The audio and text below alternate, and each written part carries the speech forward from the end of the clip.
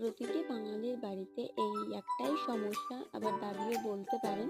সেটা হলো মাংসটা যদি হয় মুরগির, তাহলে আর কি শুধুমাত্র হাড়ের মাংসই চাই।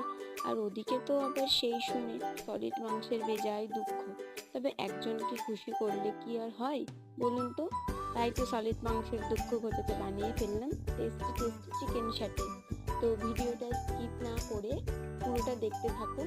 আর ভিডিওটা যদি আপনাদের ভালো লাগে তাহলে